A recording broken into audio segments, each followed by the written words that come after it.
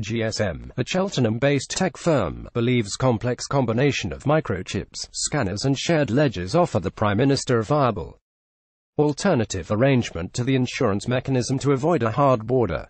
Mrs May has pledged to make secure changes to her draft EU withdrawal agreement after MPs supported an amendment that urges the government to scrap the backstop and replace it with alternative arrangements to avoid a hard border. The Prime Minister discussed her intentions with the EU's most senior officials during her visit to Brussels on Thursday. She told Donald Tusk, the European Council President, and Jean-Claude Juncker, the European Commission President, that the so-called Brady Amendment had given her the mandate to secure legally binding changes.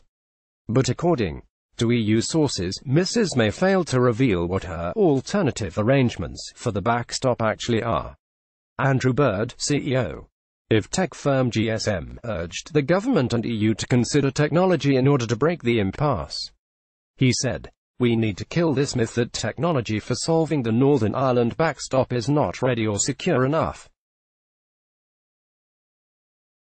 UK-based firm GSM claims to have technological backstop solution for Theresa May and Michel Barnier. Image Getty. Trials in China have shown AI, or machine learning, to be more accurate at diagnosing brain tumors than doctors. In a world where lives can be saved using technology, is it doing a disservice to the thriving UK tech industry to say it cannot solve this problem, particularly when the technology already exists and the premise is being used in the EU's busiest Port of Rotterdam? His firm has devised a method that tracks shipments using microchips and beacons and allows physical checks to be done away from the border. Information on the shipment would be constantly updated and fed into a shared database that would allow inspection teams to monitor them remotely.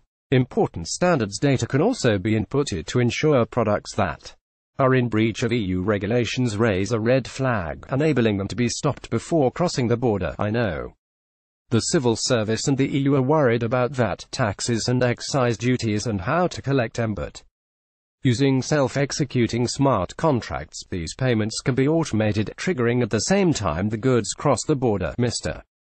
Bird added, in terms of security and reliability, this is the same technology that HSBC used to process over $250 billion in trade transactions last year. So I think we can conclude it is safe and secure. Our border checks are already outdated. The Norway-Sweden border is 5 times as long as the UK's border with Ireland and manages with just 14 border posts. It can do it as it has invested the time and money in researching and deploying smart technology. The UK can do the same. David Hennig, a former UK trade negotiator, backed the use of technology but insisted it cannot be solely relied to manage the border. He said, there is definitely technology that can help with a Northern Ireland border solution, but the overall solution needs to be about more than technology. In particular, we need to recall the need for traders to cooperate, and to prevent smuggling.